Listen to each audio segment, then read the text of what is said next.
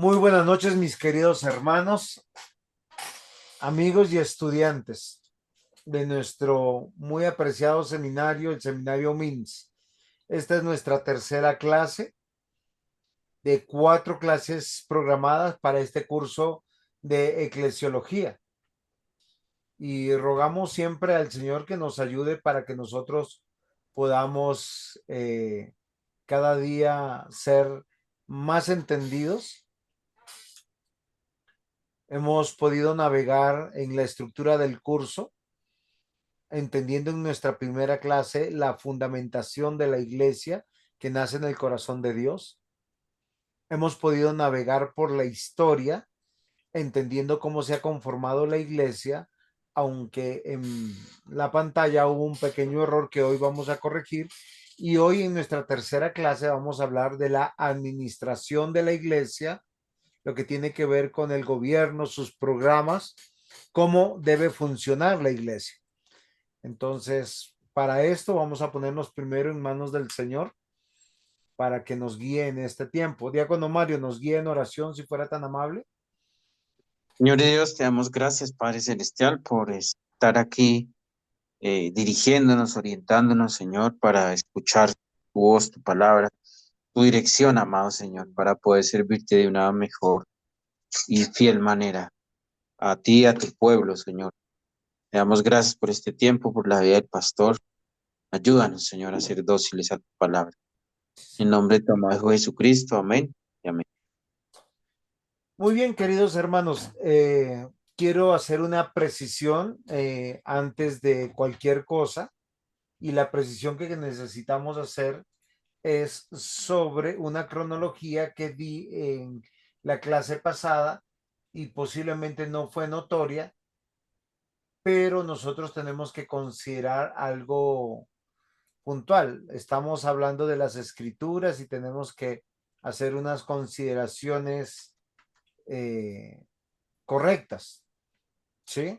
Entonces, algo que es importante para mí es el poderlo hacer bien. Entonces, habíamos hablado hace 8 días de algo muy importante, y es sobre el tema de la historia de la redención. Y yo les decía que en la iglesia nosotros tenemos que verlo de una manera correcta. No sé si se acuerdan, ¿sí? Y nosotros hablamos para saber la iglesia desde cuándo funciona. Y también creo que nos va a ayudar, perdón, es que estoy acá un poco eh, grosor, listo. Vamos a hacer algo interesante. A ponerlo de moradito. Vamos a hablar de la historia de la redención como una historia lineal, ¿sí les parece? Y nosotros hablamos de que la historia tiene un comienzo, y quiero que estén muy atentos a lo que estamos aprendiendo. ¿Por qué razón? Porque necesitamos aprender correctamente. Si no lo hacemos correctamente, pues va a haber una pequeña dificultad, y esa dificultad es que nosotros nos vamos a equivocar. Todo comienza en el comienzo o en el inicio, si es así o no es así. Sí, Señor. Y nosotros,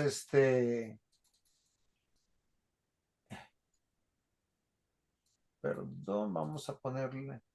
Entonces, nosotros, lo que yo quiero que nosotros tengamos claro es el tiempo y la cronología que nosotros vemos en la historia. ¿Por qué razón?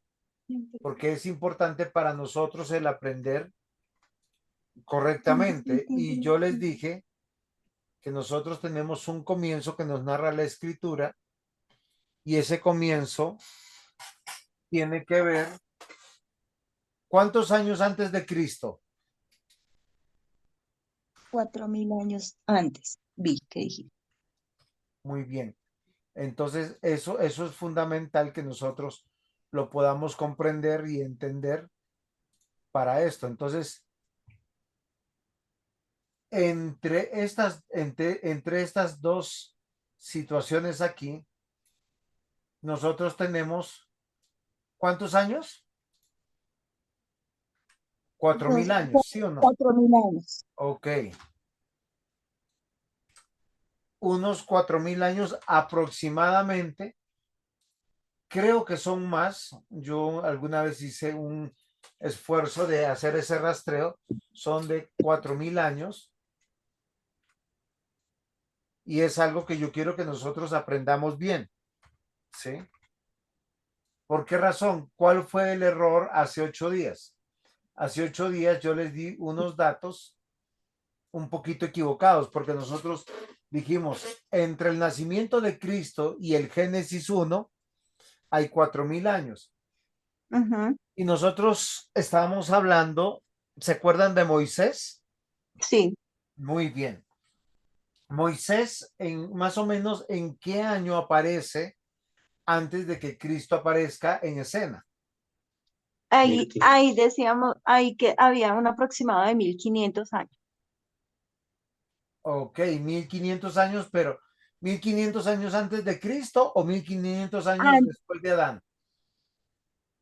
no, entonces tiene que ser antes de Cristo y después de Adán.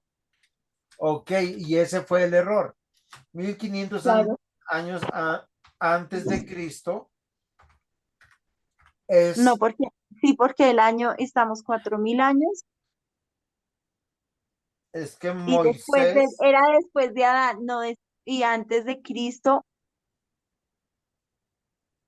sí. Entonces yo quiero hacer esa claridad porque por alguna razón yo me despisté o algo así. Entonces, nosotros tenemos aquí algo que debe ser claro para nosotros.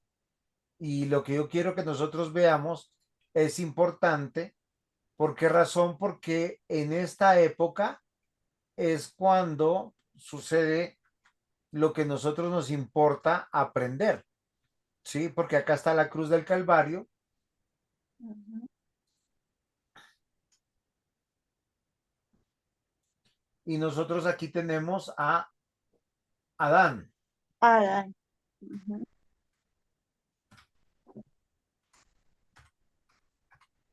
O sea, desde Adán. ¿Por qué yo les digo esto? Porque nosotros vamos a hablar hoy cómo funciona la iglesia. Y cuando nosotros hablamos de iglesia, yo quisiera que ustedes me ayuden y participen, porque para mí es muy importante entender claramente que ustedes están entendiendo, ¿sí?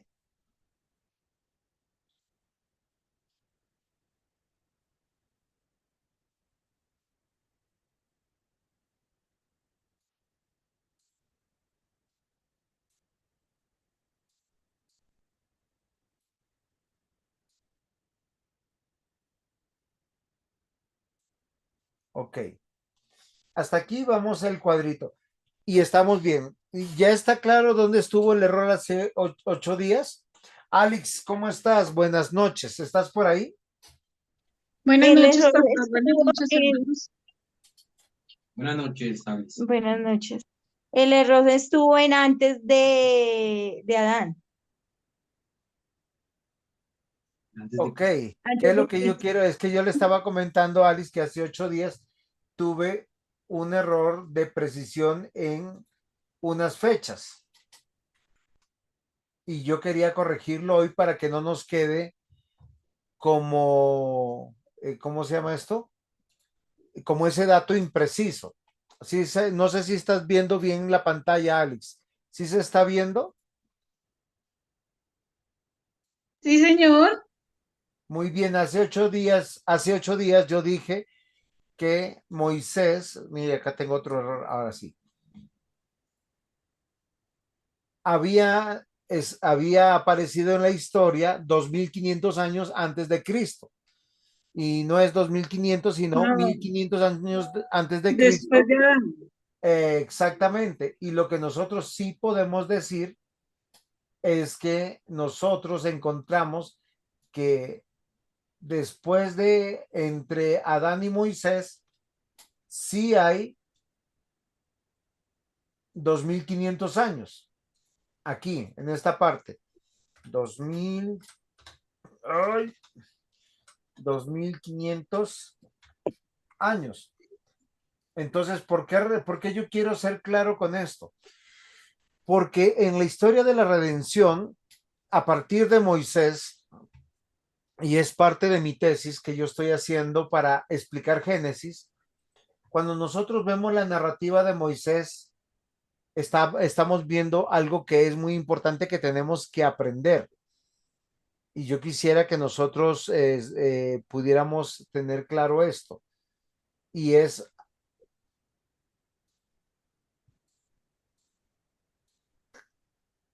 ¿se acuerdan que Moisés a quién le está narrando la historia? ¿A quién le está contando la historia de quiénes son, para dónde van, cuál es su propósito, qué hacen en la tierra? Al pueblo de Israel. Ayer. Al suegro. A la iglesia, a la congregación de Dios. Y esto debe ser claro para todos nosotros, ¿sí? Entonces, fíjense que lo que hace Moisés es contarnos esta historia de 2500 años que ellos tenían un hueco histórico posiblemente en sus mentes. La gran mayoría de personas dicen y hablan de una tradición oral y yo me cuestiono mucho. ¿Por qué razón? Porque ellos estuvieron 400 años, en su gran mayoría de esos 400 años estuvieron como esclavos. 430 años para ser más exactos, dice la escritura. ¿Sí es claro hasta aquí? ¿Cómo vamos, diácono Mario? ¿Estamos bien? Sí, pastor. Sin embargo, recuerda que, digamos, la mamá de Moisés, cuando estaba bajo la cobertura de la hija del faraón, ella le Creo. contaba, ella lo crió y lo crió con su fe, ¿no? Con su creencia, Ok, pero no, eso está bien. Eso está bien. Yo quiero que nosotros consideremos dos cosas.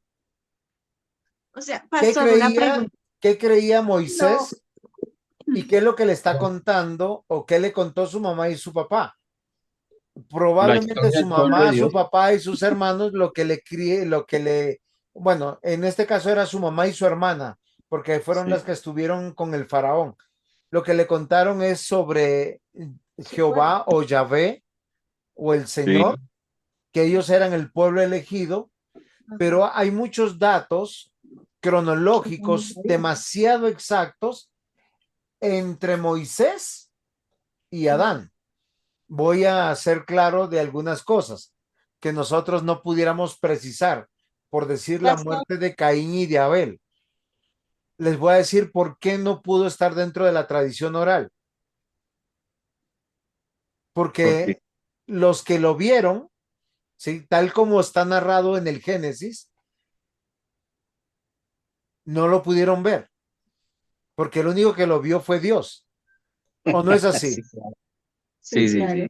O sea, la narración es un lente, así como cuando el diácono Mario nos enseña y dice, el zoom que nosotros vemos lo hace Dios de arriba hacia abajo, ve la discusión, ve la conversación y la cuenta.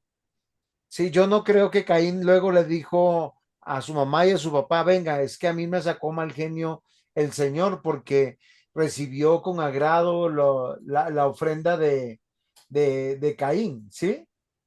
Sí, sí, sí. O sea, Dios se lo cuenta. Miren otros datos que son internos. Cuando pasa el llamamiento de Noé, ahí hay una, o sea, si Noé hubiese contado la historia sería diferente, pero nosotros estamos viendo algo. Ay, ¿qué pasó? ¿Mi pizarra se borró? sí. Qué cosita. Vengan, ¿qué pasó con mi pizarrita? Pizarra Ahí existe. está, está tratando de volver, ahí ya apareció. Esperemos que sí, Ahí está, sí apareció. ahí Ya estoy está cargando. aprendiendo algo acá con las pizarras. Entonces, miren lo interesante. Los datos de Noé dice que el Señor fue el que cerró el arca. Nos cuenta quiénes fueron, nos cuenta qué es lo que él hizo. Y recuerden que solo tenemos una familia genealógica que sale, que nos cuenta la borrachera de Noé, la maldición sobre los hijos. Y hay datos que uno no considerara que pudieran a veces uno como contar y sentirse orgulloso de ellos. De que pase de tradición de generación en generación. Luego hay datos particulares sobre Abraham, Isaac, Jacob, que son muy personales, muy individuales de sus pensamientos, de sus sensaciones, que la narración es personal. Voy a hacerles un ejemplo. Ustedes llegan a la iglesia y dicen, tuvimos un problema, pero no especifican de qué, ni con quién. Y hay situaciones que son muy personales.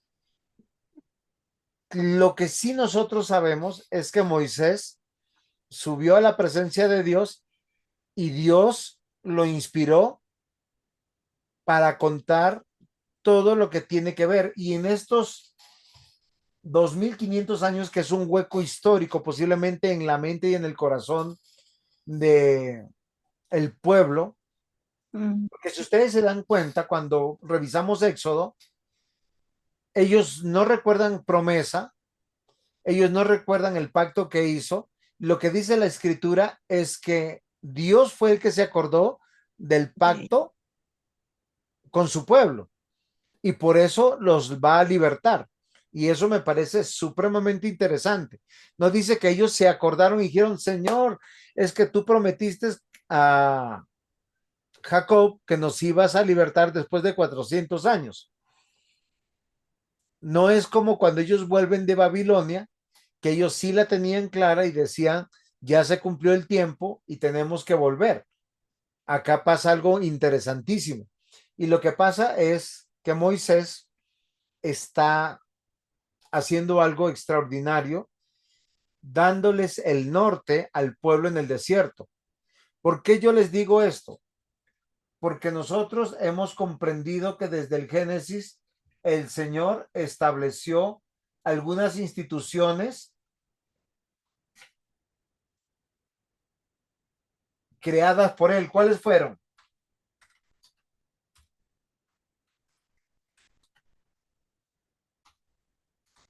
¿Aló, están por ahí?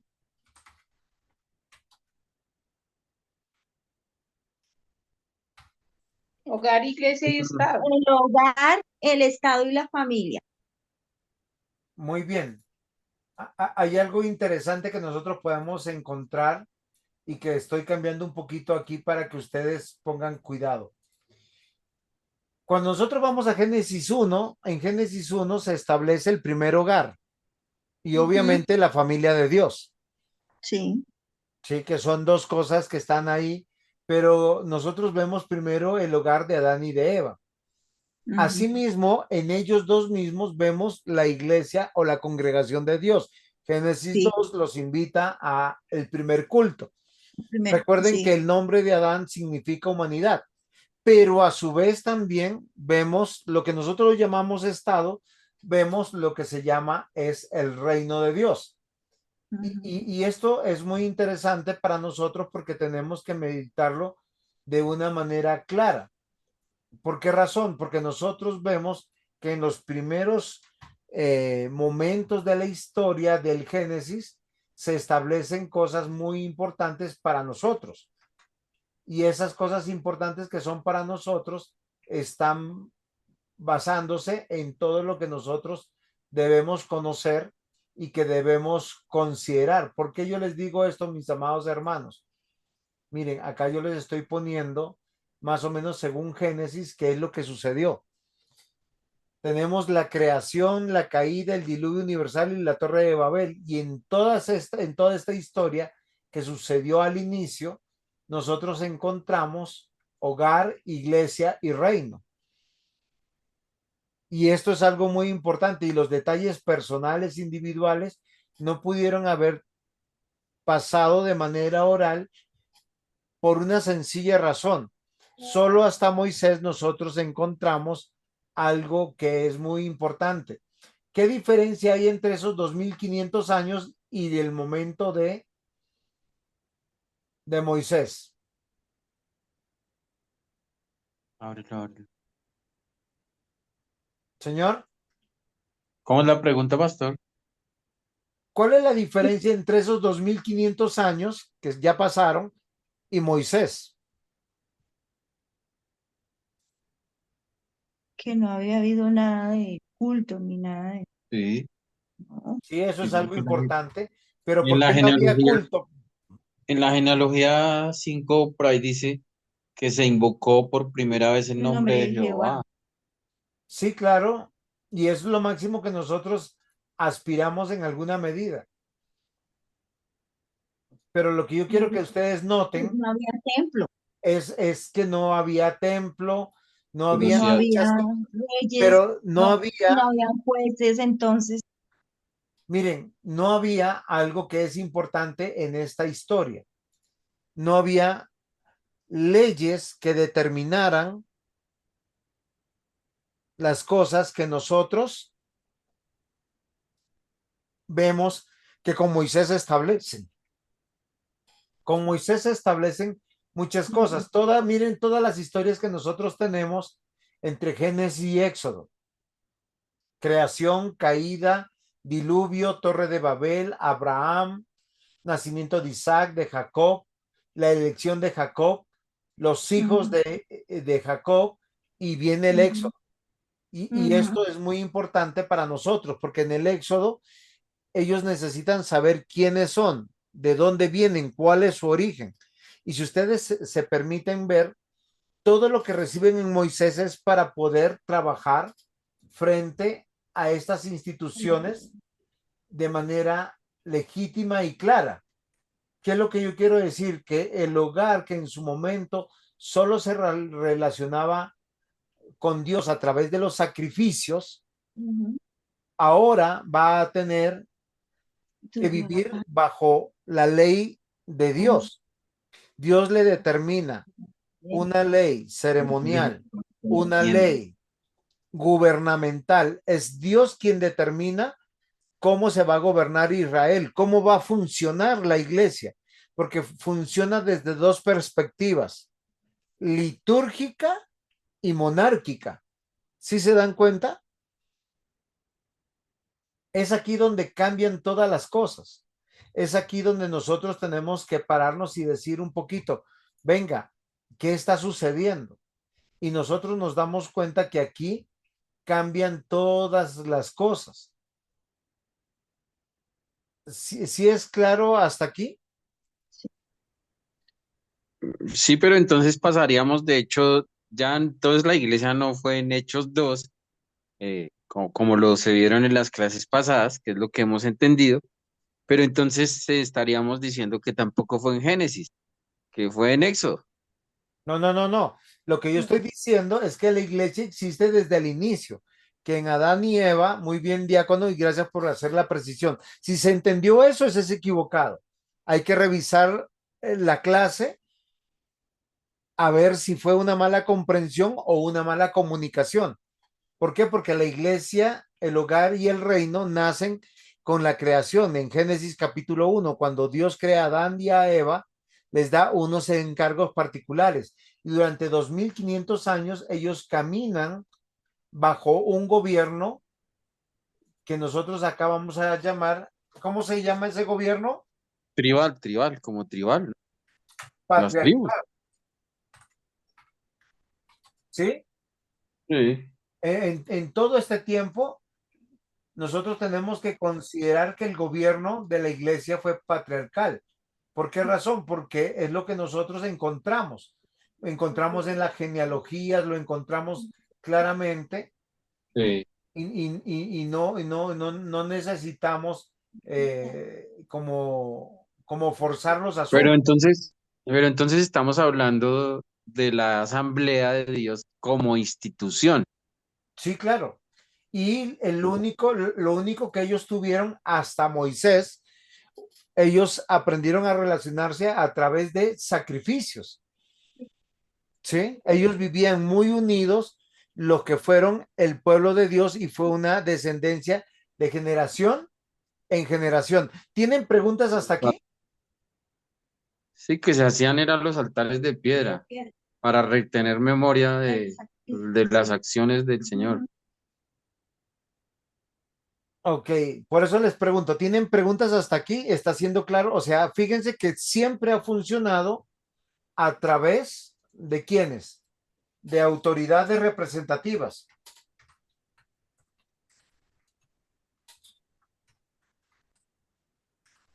¿Cuándo cambia un poco todo esto? Pero ahí le estaríamos dando más validez a una institucionalidad que a un organismo, que es diferente. ¿Cuál sería la diferencia, Diácono? Explíquenos. Pues yo entiendo que el organismo crece, se multiplica, se reproduce, está vivo y las instituciones varían y cambian según el personaje de turno, Ok, es que acá mientras que recuerden, la iglesia permanece firme y fiel e independiente del personaje. muy bien, vamos a organizar un poco esas ideas. Lo que nosotros tenemos como evidencia es la Biblia y esta es la evidencia clara, ¿sí o no? Desde Génesis hasta Moisés, estamos pensando en el Éxodo, ¿sí? Porque en el Éxodo tenemos las narrativas, nosotros vemos que Moisés le va a contar al pueblo en el desierto y le va a decir, oiga, ustedes, el origen de ustedes es que ustedes son creación de Dios. Todos somos seres humanos, todos fuimos creados a imagen conforme a la semejanza de Dios. Fuimos creados para conformar el pueblo de Dios o la iglesia de Dios, pero a su vez el reino de Dios. ¿Por qué este énfasis? Y cada uno de los que nosotros vemos, si ustedes se dan cuenta, en Génesis 5, que no está dentro de esto, vemos una genealogía o una primera genealogía que nos va a hacer, nos va a poder hilar desde Adán hasta dónde. Hasta hoy. No, no, no, Ah, no, no. señor. Estamos pensando en el Éxodo y en Moisés en el monte Sinaí. Hasta la Hasta, ley, hasta la ley, ¿no? Por eso, muy bien. Entonces, miren lo interesante. Nosotros vemos que hay una coherencia. Siempre han habido autoridades representativas, pero siempre el gobierno ha sido teocéntrico. Siempre ha sido esa demanda. Yo quiero que nosotros seamos como serios en nuestras precisiones para no caer en ningún tipo de negligencia. ¿Por qué razón?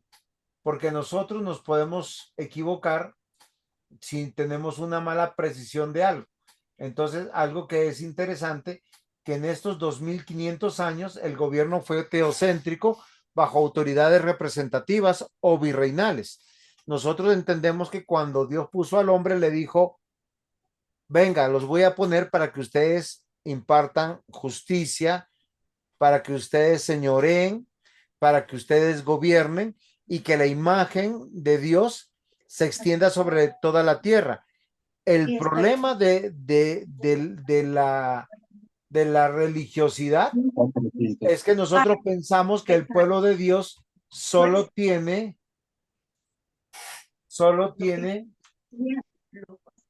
una relación litúrgica. Y lo que nosotros vemos en el reclamo de Génesis 6 que Dios hace es que no es una relación litúrgica, es una relación plena e integral en todo lo que se hace.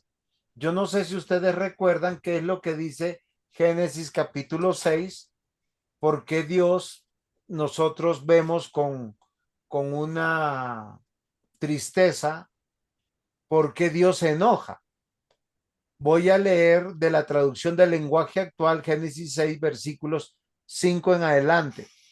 En este mundo la maldad de los hombres y de las mujeres iba en aumento. Siempre estaban pensando en hacer lo malo y solo lo malo.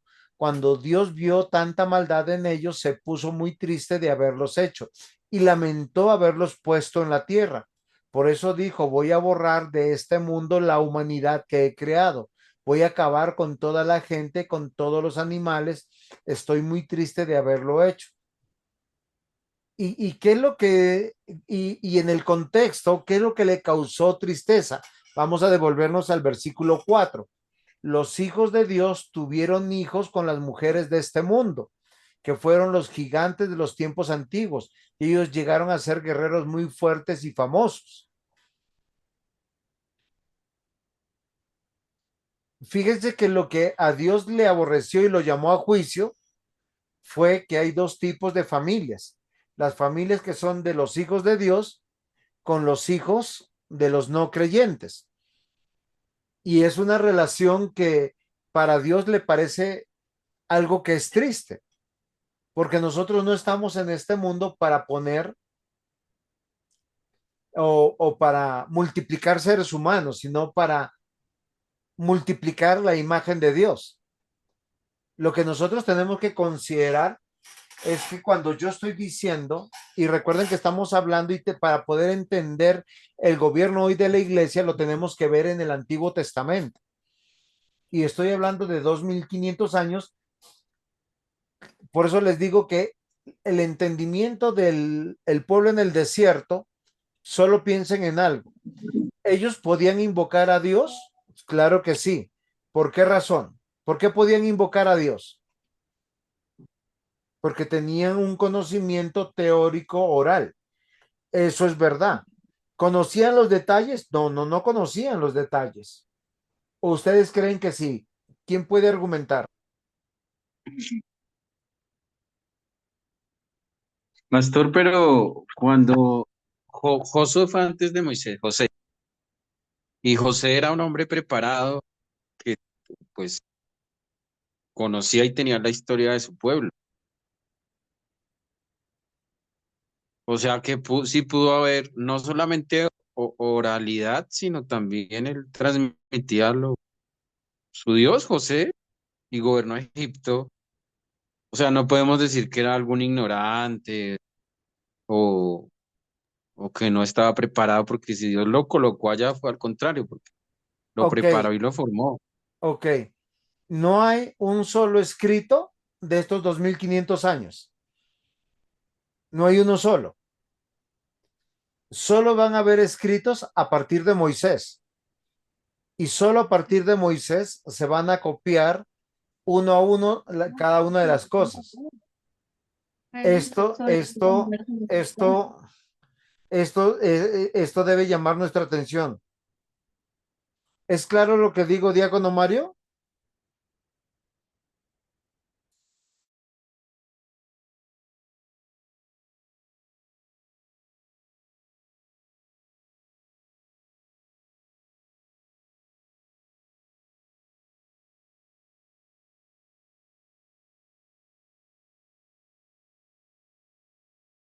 Diácono Mario, ¿sí está por ahí? Sí, señor. Entonces, ¿qué es lo que yo quiero convencerles y lo que yo veo en las escrituras? Que nosotros fácilmente podemos argumentar varias cosas. Claro, una de las cosas que podemos argumentar, pero es que no, no hay escritos, no tenemos escritos de esta época, Pastor, pero solo digamos, hasta no tenemos Moisés. escritos, pero es que no tenemos escritos, digamos, del pueblo hebreo, pero en ese momento José estaba como un emperador egipcio y como tal, digamos, en las evidencias arqueológicas y todo, uno dice, oiga, allá hay historia, así apunten al pueblo escogido, digamos, si él era un Egipto prominente, para ellos él era un emperador de Egipto, No, sí, está no, bien. no Ahora, hebreo. bueno, muy bien. Debemos recordar tres cosas referentes a José, ¿sí? Referente a José debemos tener tres cosas claras, ¿sí? Una de las cosas que debemos recordar es lo siguiente, que José, la historia de José, la que nos cuentan, lo hace Moisés. ¿Sí, sí es cierto o no es cierto? ¿O no es cierto? Hasta que Mira, Moisés lo cuenta, se sabe sí, de José. Listo. Ahora, sí, tiene sabemos que él razón. fue sacado sacado de su familia y de su contexto familiar, porque Dios lo cuenta a través de Moisés. Y todo su Sí, entrenamiento y su capacidad fue a los pies de Potifar, que es un egipcio, a los pies de estar encarcelado Ujú. en Egipto y luego posteriormente a estar a los pies de Faraón. Ahora, él que sí tenía, él era un intérprete de sueños. La capacidad que él tiene de interpretar los sueños es algo fundamental que nosotros tenemos que considerar, porque sí, es señor. eso lo que los lleva. Ahora, no estoy diciendo obviamente que es un ignorante, obviamente es un hombre entendido, un hombre que Dios le dio dones y talentos, pero no nos dice que él contó ninguna historia. De hecho, lo que nosotros sabemos de José es lo siguiente, que siendo gobernador, él trajo a sus hermanos, luego mandó a traer a su padre. Conocemos esa historia tan dramática porque no los llamó y les dijo, venga, yo conozco al Señor, el Señor me ha perdonado todos mis pecados, por lo tanto yo les perdono sus pecados. Simplemente vemos cómo los trae, no se comporta tan cristianamente en ese actuar y posteriormente ya les da la tierra en Gosén. Eso es lo que nosotros sabemos, pero lo sabemos Sí, por señor. Moisés, no por ningún escrito de José. Obviamente que él tiene mucha preparación para gobernar y nosotros lo contamos cómo Dios lo usó y cómo él responde a sus hermanos diciendo, Dios, nuestro Dios, el Dios de su padre Jacob, de su abuelo Isaac, de su tatarabuelo Abraham, ha guardado todas las cosas y tiene algunos principios de sentido común que todos lo tenemos, pero se casa con una mujer no del pueblo de Dios, sino del pueblo egipcio, de hecho una sacerdotisa, dice. Una sacerdotisa. Ahora, ¿Cómo? yo no estoy hablando mal de José, lo que yo estoy argumentando es que nosotros no podemos argumentar o no hay argumentos bíblicos para decir de una tradición oral efectiva. Normalmente la tradición oral es muy difícil. ¿Por qué razón? Porque yo la cuento, tú la cuentas y algo cambia. ¿Cuándo no cambia? Cuando está escrita. Y por primera vez en 2500 años se escribe. ¿Qué es lo que nosotros vemos que se escribe? Algo que es fundamental, que nosotros tenemos que pedirle al Señor que nos ayude, y es la ley. Cuando hablamos de la ley, estamos hablando de la Torá. ¿Si es así o no es así? Y a partir de este momento nosotros tenemos toda la certeza y toda la claridad de que esto no cambia. ¿Sí? Y a partir de esto nosotros vemos cómo Dios, no Moisés, organiza el pueblo y organiza sus gobernantes. ¿Sí es claro? Porque nosotros tenemos que ver cómo fue el navegar de personajes que nosotros a veces no podemos conciliar en la historia. ¿Cómo lo supieron? Por decir la historia de Isaac, cuando tiene esta situación de que es engañado por su esposa y por su hijo Jacob. Luego, la vida de Jacob y de Esaú, su hermano, hay aspectos que uno dice, ¿cómo conciliamos dentro de esta tradición? ¿Cómo se enteraron estando separados y quién escribió esto? Hay situaciones que nosotros vemos que se desnudan de la vida de Jacob, como las rencillas de las esposas de ellos, de los hijos de ellos y de los pecados de ellos que son evidentes, o de las bendiciones que Jacob dio a cada uno de sus hijos de manera individual, porque los llamó de manera individual. Y esto debe ser muy importante para nosotros. Entonces, ¿qué es lo que yo quiero que nosotros consideremos aquí, mis queridos hermanos? Que hasta la ley y hasta Moisés, Dios, ¿qué hace?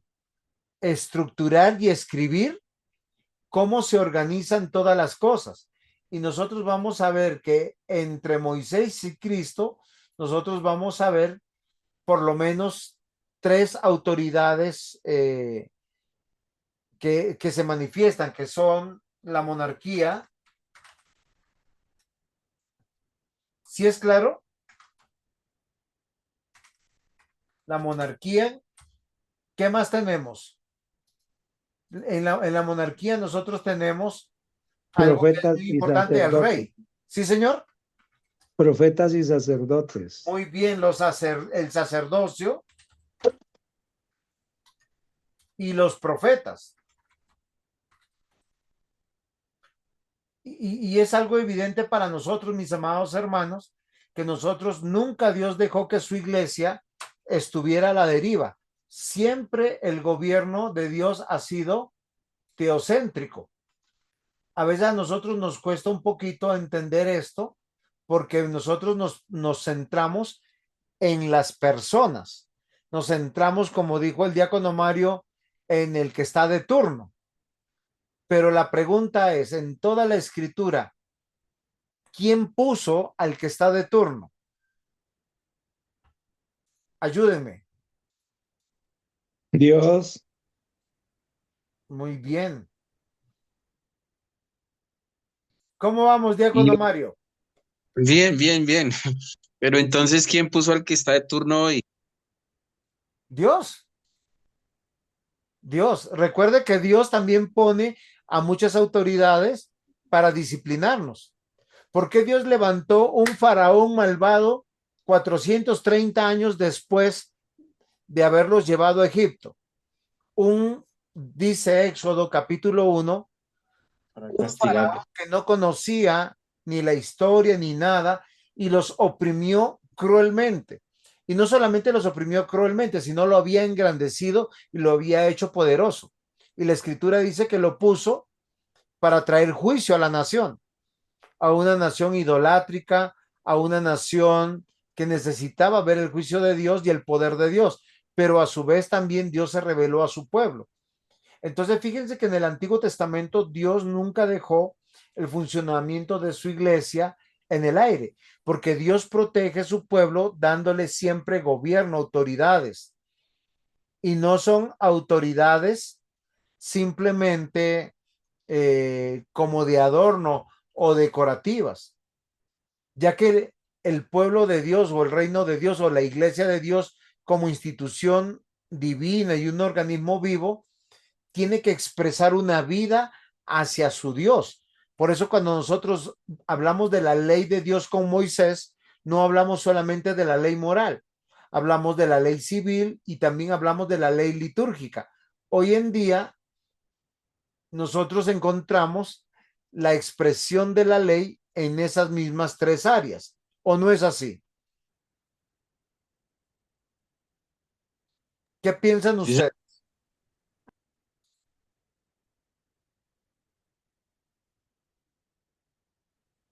Hello. sí, señores, Superman. Lo que yo quiero que nosotros no nos perdamos de vista porque nosotros a veces es fácilmente nos gusta hablar, es que nosotros los cristianos bíblicos nos gobernamos por ancianos y por diáconos, porque la Biblia habla de los ancianos y los diáconos. Sí, eso es verdad, pero yo quiero que nosotros comprendamos que siempre, desde el Génesis, Dios determinó autoridades para proteger a su pueblo. ¿Cómo lo hace? Dándole un gobierno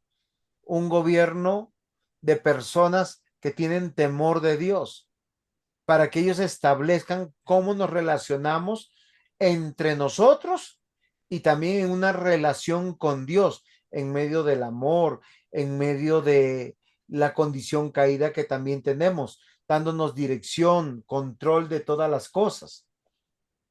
Y nosotros como organismo vivo, como usted lo decía, nosotros tenemos que aprender esto.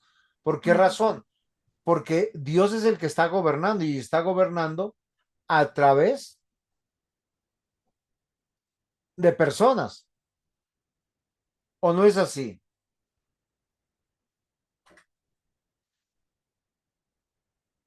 no está a la deriva, no todos somos iguales y no todos tenemos el mismo llamamiento.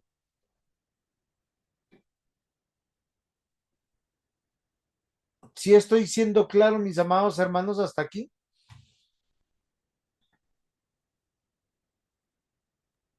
Porque Sí, si señor. miramos el Antiguo Testamento, vamos a poder ir al Nuevo Testamento con mayor claridad. Eso es lo que a mí me preocupa en este momento.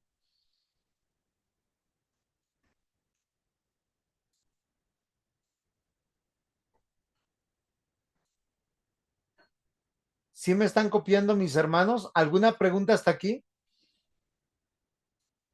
Hello. ¿Sí están por ahí o no? Sí, sí, pastor, es que estamos leyendo, o yo estoy leyendo, estamos leyendo. Tranquila. Si hay algún aporte o algo, yo quiero que nosotros miremos. Después de los apóstoles,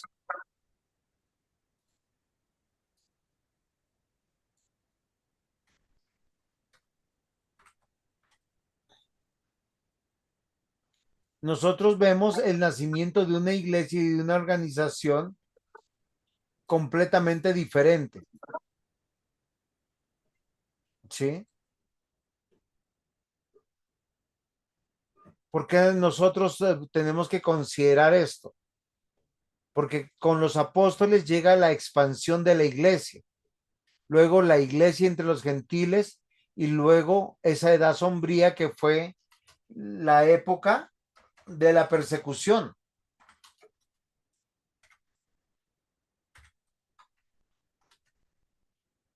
Y es algo que yo quiero que nosotros podamos considerar. Pero yo les pregunto, ¿cómo nosotros vemos el gobierno de la iglesia en estos tiempos? Ayúdenme, por favor.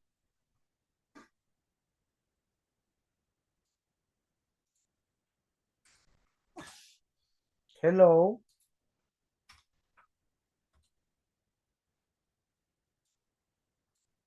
¿Cómo ven o Se qué refiere al gobierno de la iglesia en estas frente a épocas? qué, en estas épocas frente a la sociedad o frente a No, Dios lo que conocemos de la o en qué historia, tema.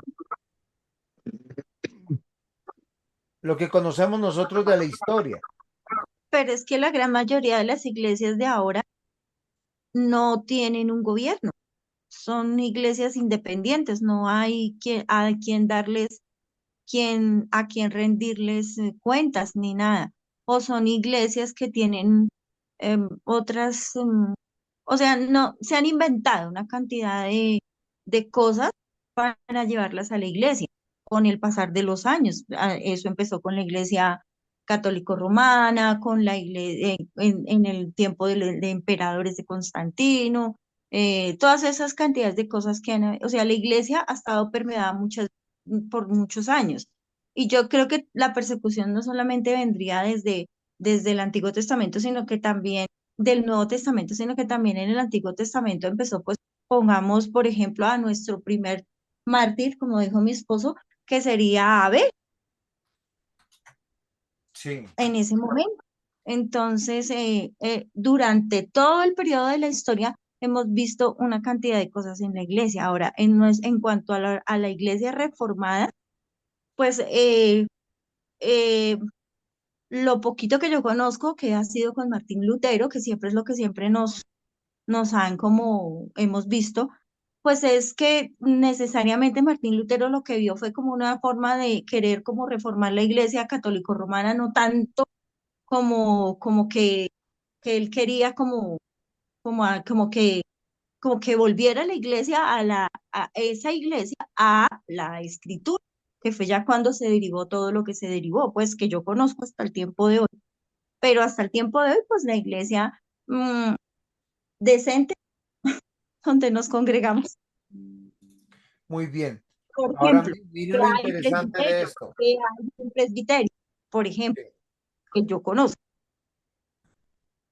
Ahora, esto lo que estamos construyendo es en la clase.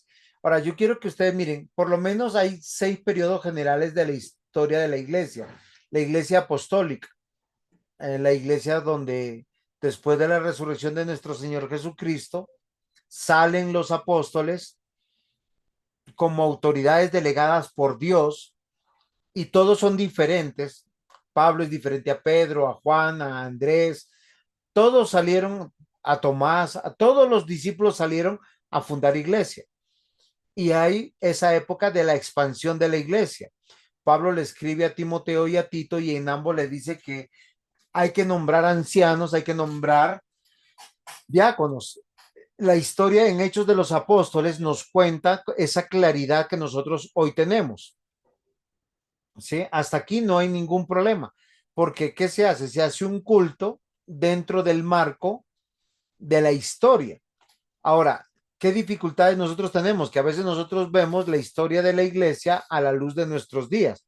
Entonces decimos, ay, el día del Señor, ellos se guardaban todo el día. No, señores. ¿Saben?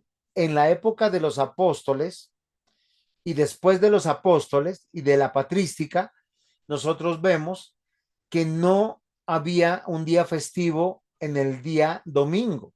O sea, no era un día que se podía guardar todo el día. Todos tenían que ir a la iglesia y normalmente iban a la iglesia después de las 7 o 8 de la noche y se quedaban hasta las 10, 11 o 12 de la noche. Todos estudiando la palabra de Dios, todos cantando de una manera muy parecida a lo que se hacían en las sinagogas. Cuando se reunían en sinagogas, eran una iglesia como de judíos traídos al evangelio y ellos lo creían, pero cuando en las sinagogas no eran aceptados, se reunían en casas. Pero dirigidos por quiénes? Por personas idóneas que podían enseñar y predicar la palabra de Dios. Ahora, yo les hago una pregunta, a ver si ustedes me ayudan. En estos tiempos, ¿qué textos de la Biblia creen que enseñaban ellos?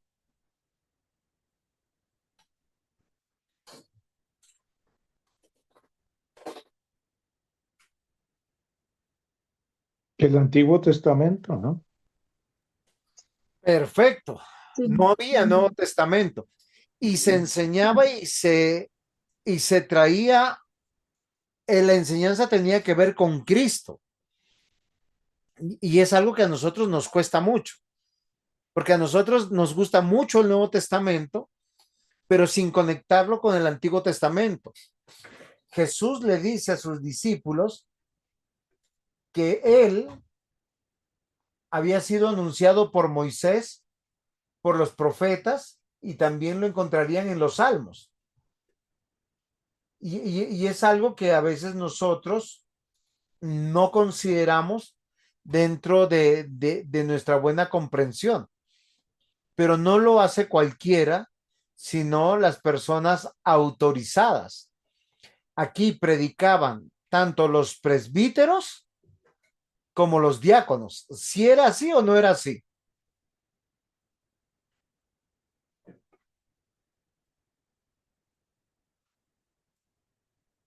Hello.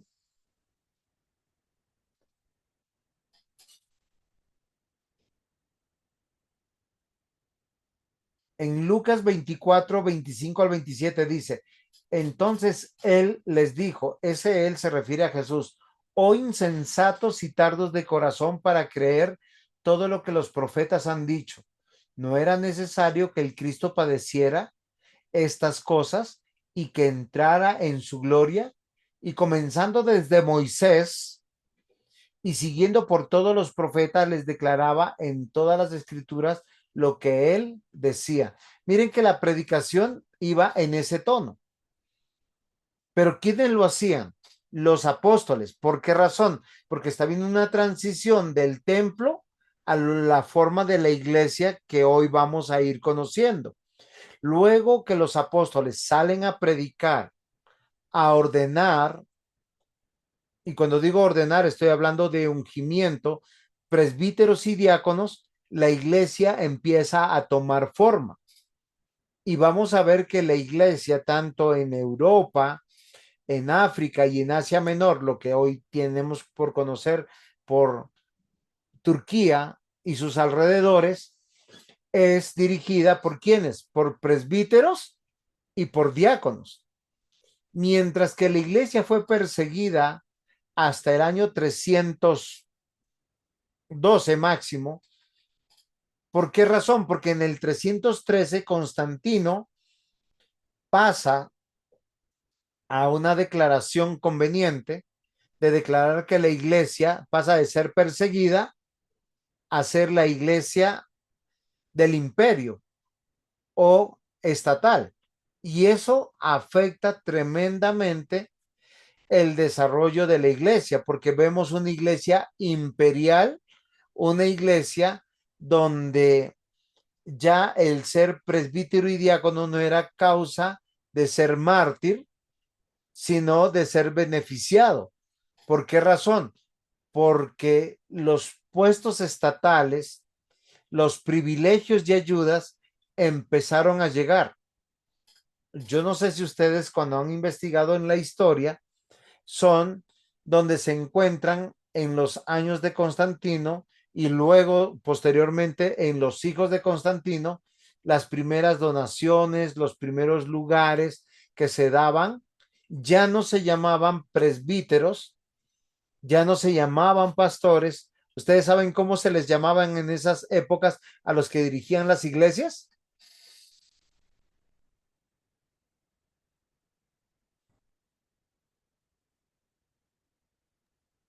¿Prelados? No,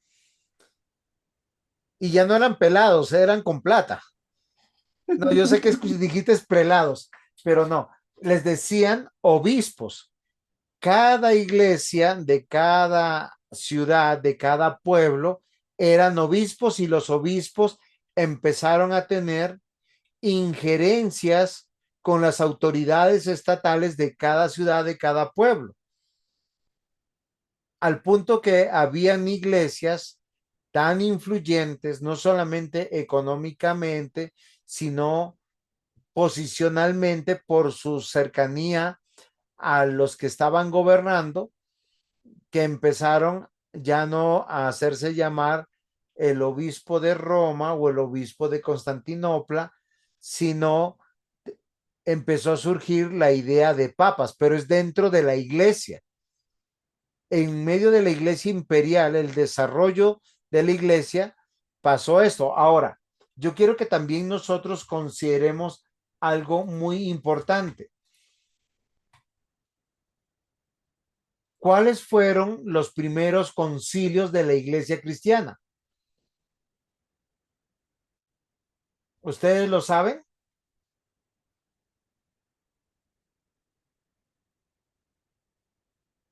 El primero que nosotros conocemos y está en la Biblia, se ¿Es el celebró, de Nicea? señor, ¿El concilio de Nicea? muy bien, ese es el segundo, por decirlo de alguna manera, pero el primer concilio es el concilio de Jerusalén que está en la Biblia, en Hechos 15, más o menos en el año 50 después de Cristo,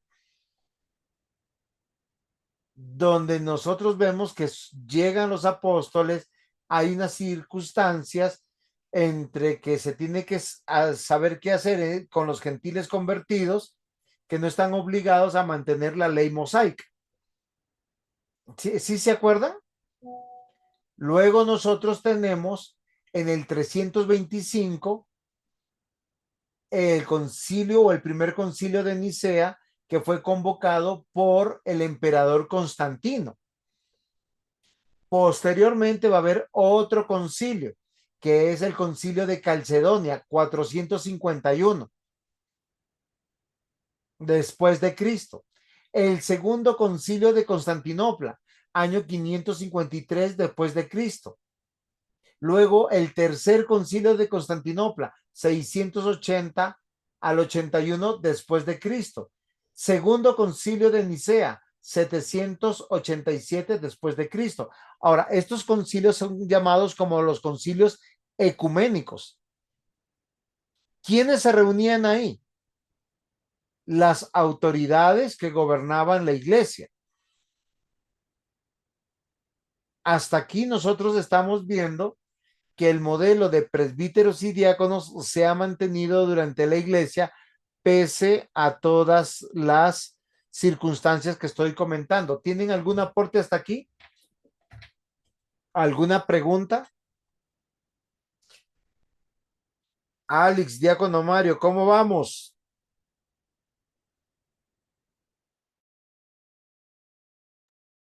Yo bien, pastor, bien. Ahí tenía.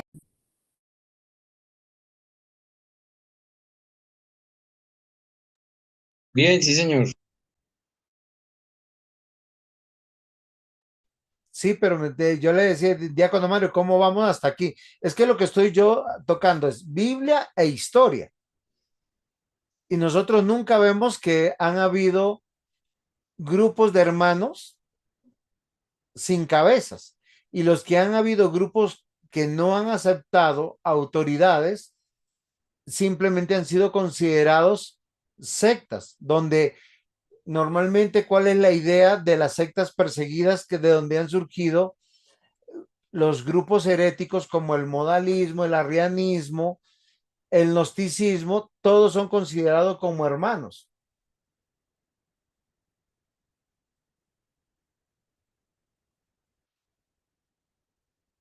Solo que yo quiero llegar hasta la época de la Reforma y la Iglesia moderna para hablar ya de otros aspectos.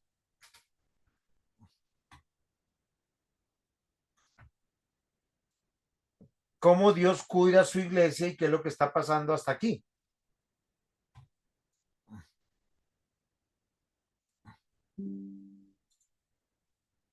¿Sí me comprenden, mis hermanos?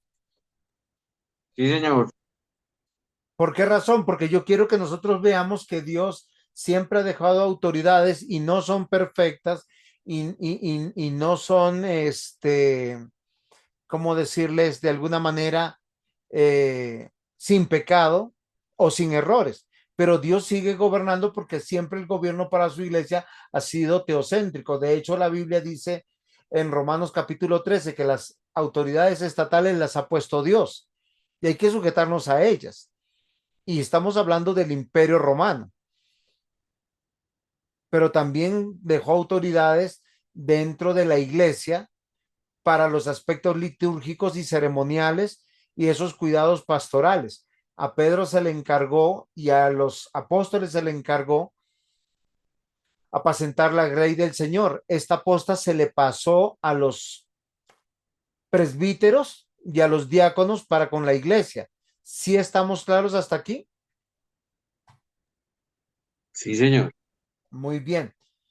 Después de todo esto, ya viene la reforma, donde en la reforma nosotros encontramos, después de 1648, ya con un concilio de una iglesia bastante torcida, que es el Concilio de Trento, donde ya había surgido la idea del Papa, del sumo máximo pontífice, no, es sumo máximo Augusto pontífice, que es el título del César, que ahora se lo quedó un jerarca de la iglesia, y hay esta separación de los que vuelven a las escrituras y de los que se mantienen dentro de las situaciones que habían surgido entre el siglo 11-12, donde vienen las peores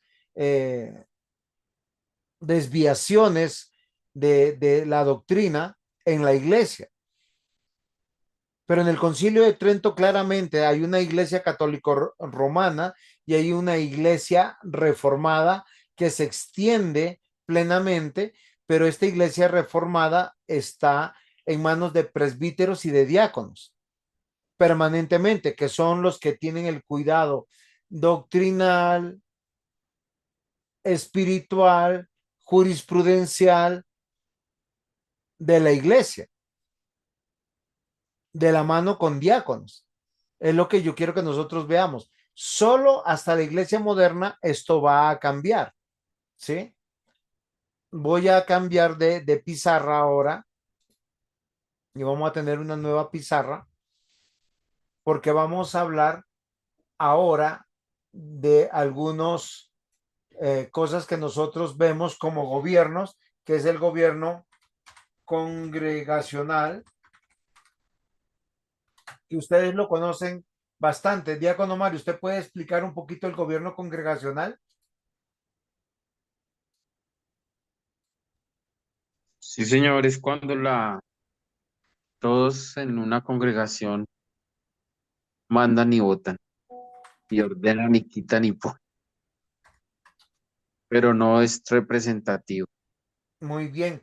Luego tenemos el gobierno monovispal y luego el representativo.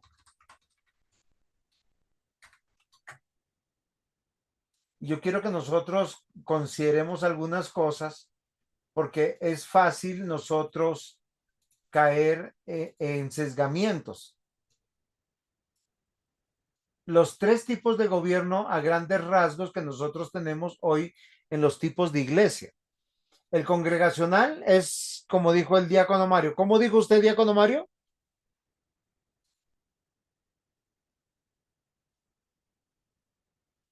¿A dónde se me fue, diácono?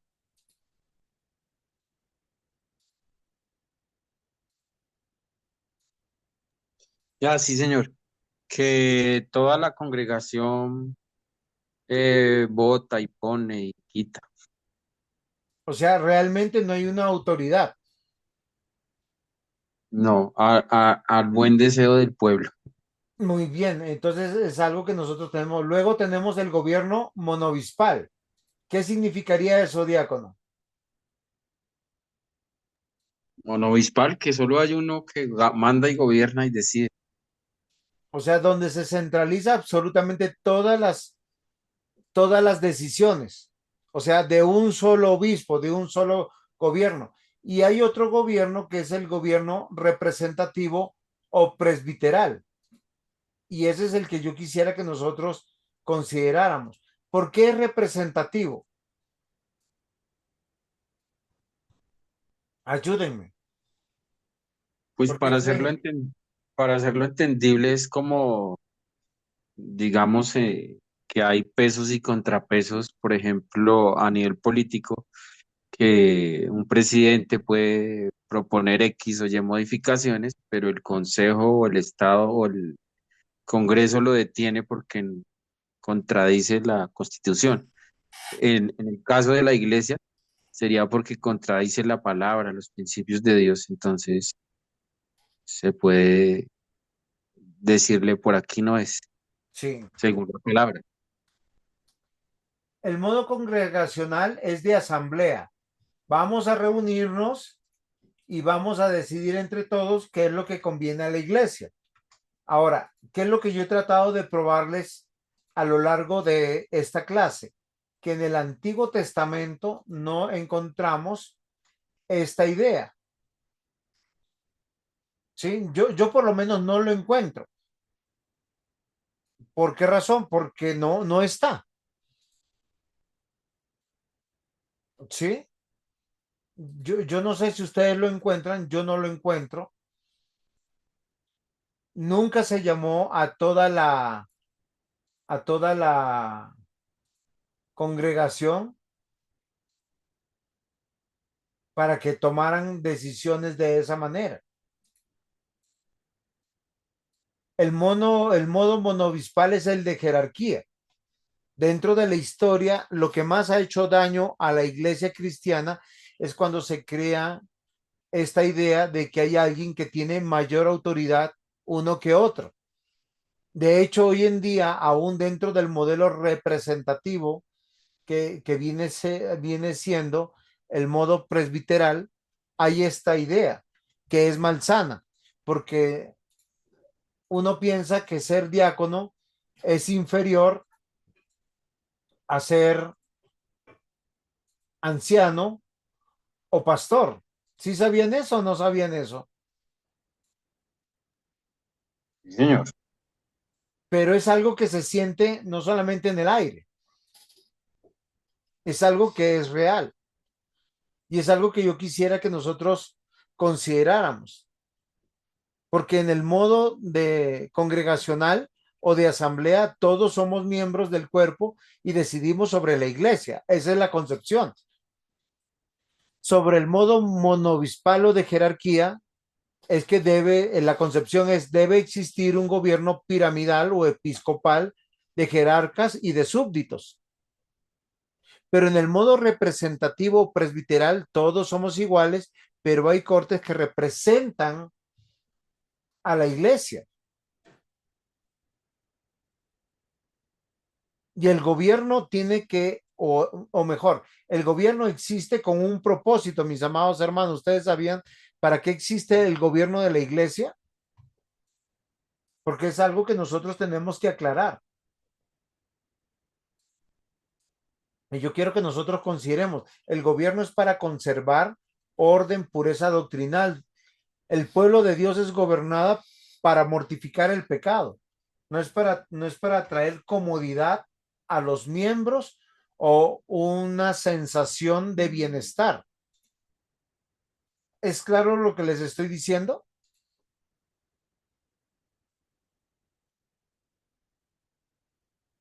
Hello. Ya vamos a ir terminando, mis amados hermanos. Dios llamó a su iglesia para vivir dentro del reino de Dios. El reino de Dios tiene una sola cabeza, es Jesucristo.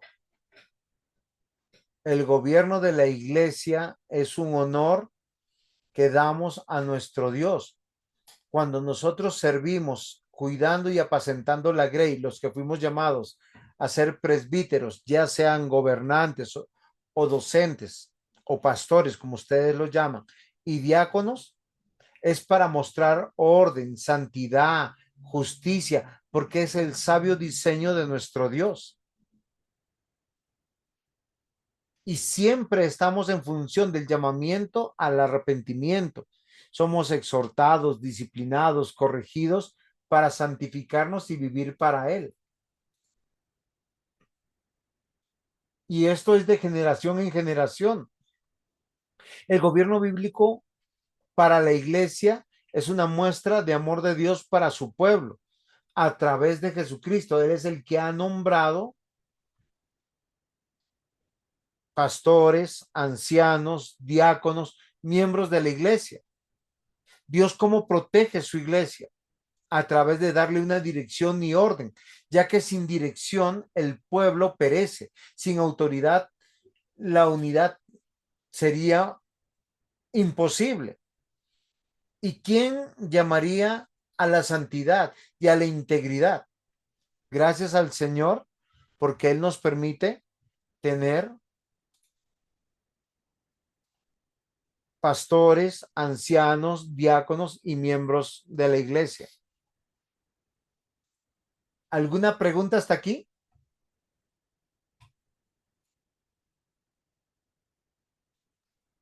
No, señor. ¿Algún aporte? Obispo es con B grande. Ok, muchas gracias. ¿No? ¿Monovispal? Sí, señor. Ok, ¿sería así? Sí, señor. Muy bien. Estamos a tiempo y la corregimos a tiempo. Esas ayudas son precisas y certeras y gracias por ayudarme, diácono.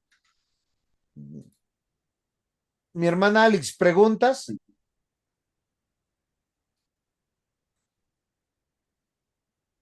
No, señor, ninguno. Presbítero Luis Albornoz, ¿preguntas, aportes? Estamos bien, pastor. Bueno, presbítero, ¿nos despide en oración? Con mucho Gracias. gusto. Padre Santo, Señor Dios, Padre nuestro misericordioso y bueno. En esta noche, Señor, te glorificamos y te exaltamos.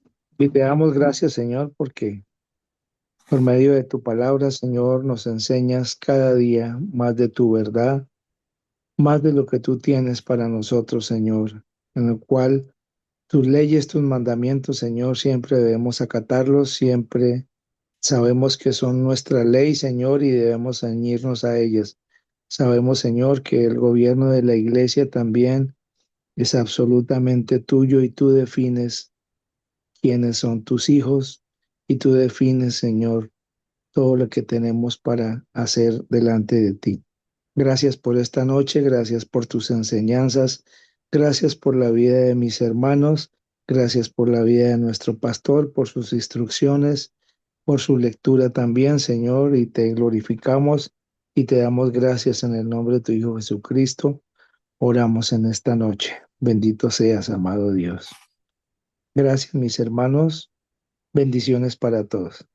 Amén, presbítero. Que el Señor los bendiga. Todo, Amén. pastor, gracias. Buenas Buenas noches para noches. todos. Mañana a todos. Bueno.